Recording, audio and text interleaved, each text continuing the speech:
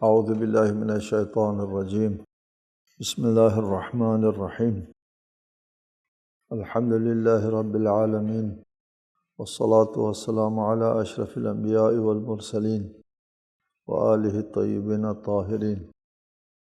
اعوذ باللہ من الشیطان الرجیم وقالوا یا ایہا الذی نزل علیہ الذکر انک لمجنون لو ما تأتینا بالملائکۃ ان کنت من الصادقین ما ننزل الملائکۃ الا بالحق وما كانوا اذا منظرین۔ اور کافر لوگ کہتے ہیں اے وہ شخص جس پر ذکر نازل کیا گیا ہے یقیناً تو مجنون ہے، اگر تو سچا ہے تو ہمارے سامنے فرشتوں کو کیوں نہیں لاتا؟ کہہ دیجئے ہم فرشتوں کو صرف فیصلہ کن حق کے ساتھ ہی نازل کرتے ہیں اور پھر کافروں کو مہلت نہیں دیتے۔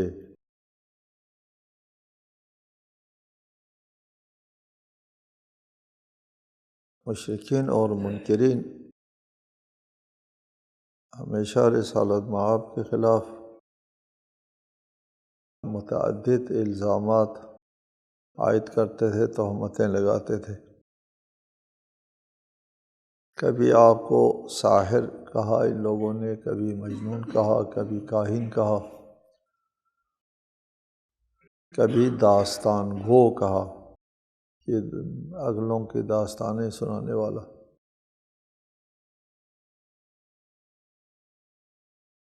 اس آیت مجیدہ میں ذکر ہوا ہے کہ کافر لوگ کہتے ہیں یا ایھا الذی نزل علیہ الذکر، اے وہ شخص جس پر ذکر نازل کیا گیا ہے۔ ذکر سے مراد کافروں کی طرف سے بھی اس قرآن کو ذکر، تذکر، یاد دہانی، نصیحت کے طور پر جو ہے وہاں معاشرے میں کافر اور مشرکین کے معاشرے میں بھی قرآن بعنوان ذکر جو ہے وہ پہچانا جاتا تھا، یا بطور طنز کہا ہے، استہزاء کے طور پر، طنز کے طور پر، کہ جس کے اوپر نصیحتیں نازل کیا گیا ہے۔ نازل کیا گیا ہے، کس نے نازل کیا ہے کی طرف اشارہ نہیں کرتے، اس لیے کہ وہ کسی خدا کی طرف سے اس کو نہیں مانتے۔ انک لمجنون، وہ دیوانہ ہے۔ کبھی شاعر کہا، کبھی مجنون، کبھی ساحر وغیرہ۔ رسالت مآب کو مجنون کہنا وہ اس حوالے سے کہتے تھے کہ ان کے یعنی یہ الزام جو لگایا، یہ تہمت جو ان لوگوں نے لگائی ہے، وہ یہ دیکھ کر کے لگائی ہے کہ ان کے معاشرے میں یہ بات جو ہے وہ چسپاں ہو سکتی ہے، اس لیے کہ وہ بت پرستی جو ہے ان کے اندر رچی بسی ہوئی تھی، ان کے عقلوں اور فکروں کے اوپر جو ہے وہ مسلط ہو چکی ہوئی تھی بت پرستی اور اصنام پرستی۔ ان بتوں کے خلاف بات کرنے کو خلاف عقل اور خلاف فہم اور خلاف ضمیر اور وجدان سمجھتے تھے، اور جو ان بتوں کو خدا نہیں مانتے، جن کو نسلوں سے نسلاً بعد نسل ہم ان کی عبادت کر رہے ہیں، پوجا کر رہے ہیں، اور آج ایک صاحب نے آ کر کے کہنا شروع کر دیا کہ یہ کچھ نہیں ہے، یہ تو ان کے عقل میں فطور ہے۔ اس وجہ سے لوگوں نے کہا انک لمجنون، آپ تو دیوانہ ہیں، ہمارے ان معبودوں کے، ان خداؤں کے جو ہمارے ہاں مسلم ہے، کوئی اختلاف کرنے والا نہیں ہے، ادھر سے آپ نے آ کر کے اختلاف ڈالا ہے۔ دلیل یہ دیتے تھے کہ یہ مجنون ہے، یہ اپنی طرف سے بات کرتا ہے۔ لو ما تأتینا بالملائکۃ ان کنت من الصادقین، اگر آپ سچے ہیں کہ اللہ کی طرف سے ہیں آپ، تو اللہ کی طرف سے ہونے کی کوئی علامت، کوئی فرشتہ ہے تمہارے ساتھ؟ لو ما تأتینا بالملائکہ، فرشتے ہمارے ساتھ کیوں نہیں، تمہارے ساتھ کیوں نہیں لاتے ہمارے پاس؟ ان کنت من الصادقین۔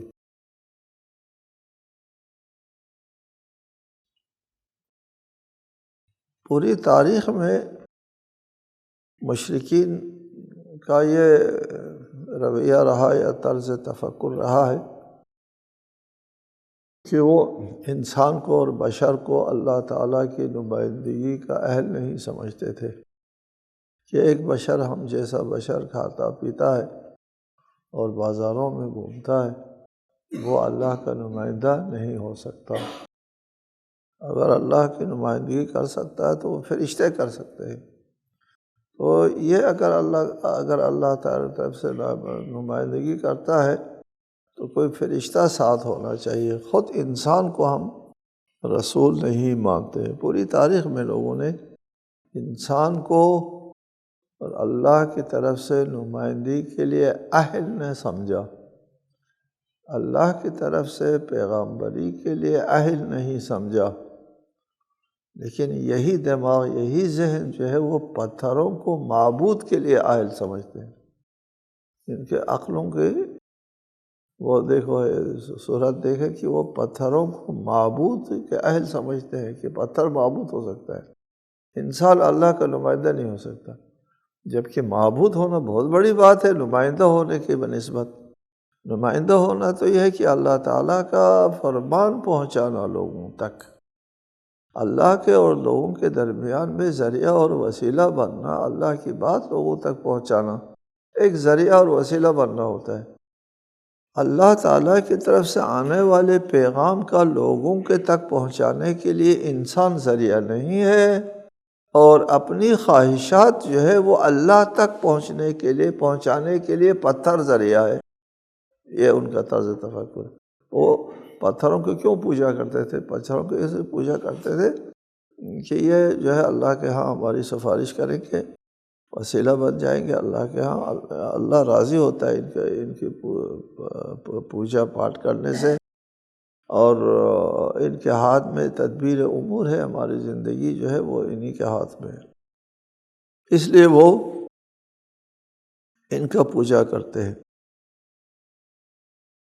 وہ مشرکین نہیں مانتے تھے، انسان کو اللہ کا نمائندہ نہیں مانتے تھے۔ لَوْ مَا تَأْتِينَا بِالْمَلَائِكَةِ إِن كُنتَ مِنَ الصَّادِقِينَ۔ جواب میں فرمایا مَا نُنَزِّلُ الْمَلَائِكَةَ إِلَّا بِالْحَقِّ وَمَا كَانُوا إِذًا مُنظَرِينَ۔ کہہ دیجئے ہم فرشتوں کو صرف فیصلہ کن حق کے ساتھ ہی نازل کرتے ہیں اور پھر کافروں کو مہلت نہیں دیتے۔ طریقہ یہ ہے کہ اللہ تعالیٰ اگر فرشتے بھیجیں اور ان لوگوں نے انکار کیا تو پھر مہلت نہیں ملتی۔ اللہ تعالیٰ کی طرف سے حجت اور دلیل اور برہان پیش کیا جاتا ہے، اور وہ برہان و دلیل و حجت جو ہے وہ ہر ایک کے لیے قابل فہم ہے، اس کے اندر کسی قسم کا کوئی ابہام نہیں ہوتا، اس کو ماننے والے مانتے ہیں، قبول کرنے والے قبول کرتے ہیں، قبول نہ کرنے والے قبول نہیں کرتے۔ اس صورت میں اللہ تعالیٰ کی طرف سے فوری عذاب نہیں آتا، مہلت دی جاتی ہے۔ کئی آیات جو ہے وہ پہلے بھی ذکر ہوئی کہ ان میں اللہ تعالیٰ نے فرمایا کہ ہم ان کو مہلت دیتے ہیں، اس لیے دلیل دی ہے، عقل و منطق کی دلیل دی ہے، اس دلیل کو قبول کر لے، ٹھیک ہے، نہیں کرتے ہیں تو مہلت دی جاتی ہے۔ لیکن اللہ تعالیٰ اگر فرشتے نازل کرے یا ان کے جو فرمائشی معجزے ہیں، ان کے مطالباتی معجزے وہ دے دیں، دونوں صورتوں میں اللہ مہلت نہیں دیتا کہ ہم فرشتے نہیں بھیجتے، ہم عقل و منطق سے تم کو سمجھاتے ہیں، معجزات سے سمجھاتے ہیں، یہ ہمارا نمائندہ ہے اور اس کی بات مان لو، یہ میری طرف سے ہے۔ اگر نہیں مانتے اور اس جبراً منوانے کے لیے ہم نے اگر فرشتے بھیجے تو قبول کیا، نہیں تو پھر مہلت نہیں ملتی۔ یہ قاعدہ ہے، فرمائشی معجزے ملنے کی صورت میں مہلت نہیں ملتی، اور اللہ کی طرف سے فرشتے آنے کی صورت میں فرشتے اس وقت آتے ہیں جب فیصلہ کن اللہ تعالیٰ کا فرمان لے کر کے آنا ہوتا ہے، اس وقت فرشتے آتے ہیں۔ فرشتے مہلت دینے کے لیے نہیں آتے، مہلت دینے کے لیے انسان آتے ہیں، انبیاء آتے ہیں، پیغمبران آتے ہیں، وہ پیغام حق پہنچاتے ہیں۔ وما كانوا إذا منظرین، اس وقت وہ ان کو مہلت نہیں ملتی۔ اس کے بعد ارشاد فرمایا انا نحن نزلنا الذکر وانا لہ لحافظون، اس ذکر کو ہم ہی نے اتارا ہے اور ہم ہی اس کے محافظ ہیں۔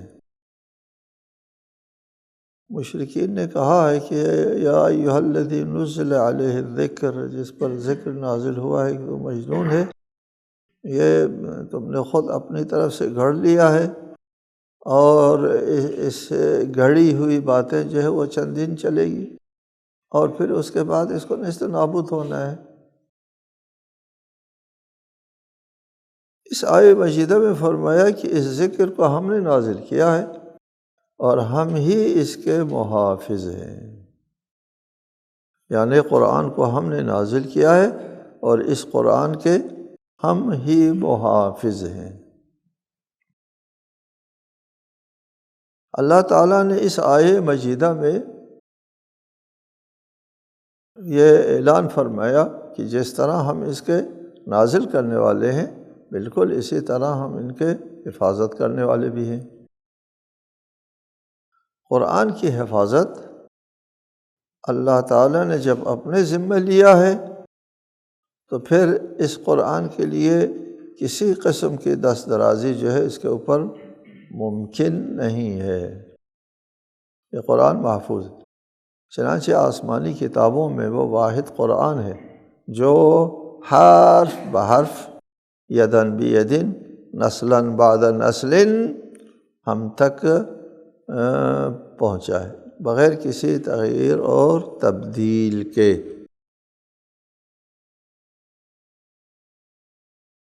قرآن مجید میں کسی قسم کی تبدیل اور تغیر یا تحریف ممکن نہیں ہے۔ ایک تو ہے تحریف ہوئی ہے نہیں ہوئی ہے، تو کوئی کہہ دے کہ تحریف نہیں ہوئی ہے، ہمارا موقف یہ نہیں ہے تحریف نہیں ہوئی ہے، ہمارا موقف یہ ہے تحریف نہیں ہو سکتی ہے، یہ ہمارا موقف، تحریف ہو ہی نہیں سکتی، نہیں کہ تحریف نہیں ہوئی ہے، تحریف ہو نہیں سکتی۔ کیوں؟ ہم اس کے اوپر آپ کو متعدد نشستوں میں تفصیلاً بتا دیں گے اس آیت کے ذیل میں کہ تحریف، دونوں باتیں ہم کریں گے، تعریف ممکن بھی نہیں ہے اور تعریف ہوئی بھی نہیں۔ جب ممکن نہیں ہے تو کیسے ہوتی ہے؟ پہلے تو امکانی صورت ہوتی ہے، پھر اس کے بعد وقوع کی صورت ہے۔ ایک چیز ممکن ہے لیکن وقوع نہیں ہے، وقوع پذیر نہیں ہے، اور ایک چیز اگر ممکن ہی نہیں ہے تو وقوع پذیر کی نوبت ہی نہیں آتی۔ پھر بھی وضاحت کے لیے ہم یہ بھی بیان کریں گے کہ اگرچہ قرآن میں تحریف ممکن نہیں ہے، وقوع پذیر بھی نہیں ہے۔ اس میں سب سے پہلی دلیل کہ قرآن میں تحریف قابل تصور نہیں ہے، ممکن نہیں ہے، سب سے پہلی دلیل یہ ہے، تمام مسلمانوں میں اس بات پر اتفاق ہے کہ قرآن مجید رسالت مآب کی نبوت و رسالت کا معجزہ ہے۔ جب قرآن معجزہ ہے، آپ سب اس کو تسلیم کر لیتے ہیں، تو کسی نبی کو بھی اللہ تعالیٰ کوئی معجزہ دیتا ہے تو یہ اللہ تعالیٰ کے ذمہ ہے اس معجزے کی حفاظت کرنا۔ ممکن نہیں ہے کہ اللہ تعالیٰ کسی نبی کو کوئی معجزہ دے دے اور وہ اس کی حفاظت نہ ہو سکے، پھر وہ تو معجزہ نہیں رہا۔ جب معجزہ نہیں رہا تو پھر نقض غرض لازم ہوتا ہے، جس مقصد کے لیے معجزہ دیا گیا تھا وہ مقصد پورا نہیں ہو سکا، لہٰذا اس معجزے کا دینا عبث ہو گیا۔ معاذ اللہ، خدا سے عبث کام صادر نہیں ہو سکتا، لہٰذا کسی بھی نبی کو، انبیاء میں سے کسی بھی نبی کو جو بھی معجزہ دیا گیا ہے اس میں کسی قسم کا نقص آنا ناممکن ہے، ناممکن نہیں کہ نقص نہیں آتا، نقص آ نہیں سکتا، تحریف ہو نہیں سکتی۔ معجزہ جو ہے، ہم یہ بالاجماع بیان کرتے ہیں کہ تمام انبیاء کو معجزہ دیا گیا ہے، اور سمعی بصری معجزہ دیا ہے، مشاہداتی معجزہ دے دیا ہے، اس زمانے کے لوگوں تک محدود معجزہ دیا ہے۔ عصائے موسیٰ ہے، ید بیضا ہے، شق البحر ہے، وغیرہ وغیرہ۔ یا حضرت عیسیٰ کے معاجز ہے، وہ ان کے زمانے تک محدود ہے، ان کے زمانے کے لوگوں نے دیکھا ہے، ہم نے تو صرف نقل قول سنا ہے، دیکھا نہیں ہے۔ لیکن قرآن کریم وہ معجزہ ہے، زندہ معجزہ تا قیام قیامت، اور دائمی معجزہ اس وقت تک نہیں کہ ہم نے سنا کہ پیغمبر اسلام کو بھی معجزہ دیا گیا تھا کتاب کی شکل میں۔ وہ کتاب کہاں ہے؟ وہ کتاب جو ہے وہ اس وقت ہمارے سامنے نہیں ہے، معجزہ پر ایسا نہیں ہے۔ جیسے ید بیضا دیا گیا تھا، ید بیضا ہمارے سامنے نہیں ہے اس وقت۔ اس قسم کا معجزہ نہیں دیا گیا رسالت میں آپ کو، ایک ابدی دائمی زندہ معجزہ دیا گیا ہے، وہ قرآن ہے۔ یہ قرآن ہے، اور قرآن کا چیلنج ہے کہ یہ رسول کریم کا معجزہ ہے، اگر نہیں ہے تو تم بھی اس قسم کا کوئی ایک صورت بنا کے لے آؤ، پیش کرو۔ آج تک کوئی پیش نہیں کر سکا، کوششیں بہت ہوئیں۔ لہٰذا جب قرآن مجید معجزہ ہے تو معجزے میں کسی قسم کی کمی بیشی آنا نقص غرض لازم آتا ہے، اور معجزہ دینا عبث ہوتا ہے، اللہ تعالیٰ کا کام معاذ اللہ عبث ہو جائے گا۔ لہٰذا کسی معجزے میں نقص اور کمی آنا ناممکن ہے۔ فرض کر لیجیے کہ اللہ تعالیٰ نے حضرت موسیٰ کو دیا عصا ایک معجزہ کے طور پر دے دیا، اور اس وقت وہ جادو والے جو ہے جادوگر، فرعون کے جادوگر جو ہے وہ میدان میں آ گئے، اس کے لیے اپنے جادو کا مظاہرہ کرنے کے لیے ایک عظیم مظاہرہ کیا۔ اس کے مقابلہ کرنا تھا عصائے موسیٰ نے، اور عصائے موسیٰ عین اس وقت ٹوٹ گئی۔ ہو سکتا ہے ایسا؟ عصائے موسیٰ نے معجزہ دکھانا تھا ساحرین کے، جادوگروں کے مقابلے میں، اتنے میں وہ عصائے موسیٰ جو ہے کوئی اٹھا کر کے لے گیا۔ کسی سامری نے اٹھایا، عصائے معجزہ اٹھایا سامری نے، کہ حضرت موسیٰ نے مقابلہ کرنا تھا، وہ سامری وغیرہ قسم کے لوگوں نے آ کر کے عصائے موسیٰ کو غائب کر دیا۔ اب عصائے موسیٰ نہیں ہے، ایسا ہو سکتا ہے؟ ناممکن ہے۔ عصائے موسیٰ حضرت موسیٰ کے ہاتھ میں ہے، اور اس نے معجزہ دکھانا ہے، نہ اس نے ٹوٹنا ہے، نہ اس نے چوری ہونا ہے، نہ اس نے غائب ہونا ہے۔ یہ حضرت موسیٰ کا معجزہ ہے، ممکن نہیں ہے اس میں کسی قسم کی تبدیلی آئے، کسی ظالم کا اور کسی تخریبی عناصر کا ہاتھ لگے اس کو، یہ نہیں ہو سکتا، اور نہ ہوا۔ حضرت موسیٰ کی عصا جو ہے وہ ہمیشہ حضرت موسیٰ کے ہاتھ میں، لہٰذا قرآن کے ساتھ جو ہے کسی قسم کی تحریفی عمل جو ہے وہ ناممکن ہے۔ یہ ایک اجمالی بات ہو گئی کہ تحریف قرآن کے لیے کمی بیشی، اس میں نقص آنا، اس میں کسی قسم کی تغیر و تبدیلی آنا، نہ ان کے وہ ہے واقع پذیر نہیں ہے، بلکہ ناممکن ہے۔ یہ ایک خلاصہ ہو گیا۔ ہم جائیں گے تفصیل میں، اس کی تفصیل میں جائیں گے۔ جب ناممکن ہے، اس میں کسی قسم کی کوئی تبدیلی نہیں آئی ہے، اور اللہ تعالیٰ نے چونکہ وعدہ فرمایا ہے کہ ہم ہی اس کے محافظ ہیں، جب اللہ تعالیٰ اس کے محافظ ہیں تو اللہ تعالیٰ کی محافظت کے مقابلے میں کوئی آ نہیں سکتا۔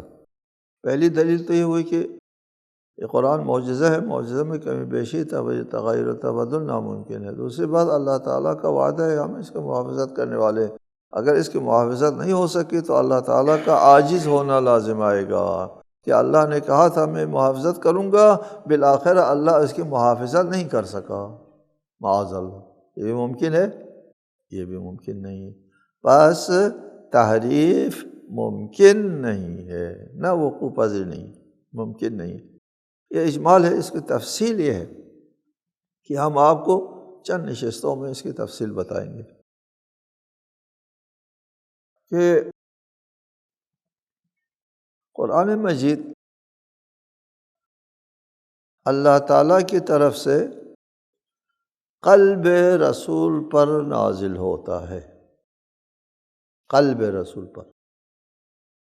حفاظت کا پہلا انتظام اللہ تعالیٰ نے عند النزول فرمایا، عند النزول حفاظت کا انتظام فرمایا۔ عند النزول کیسے انتظام فرمایا؟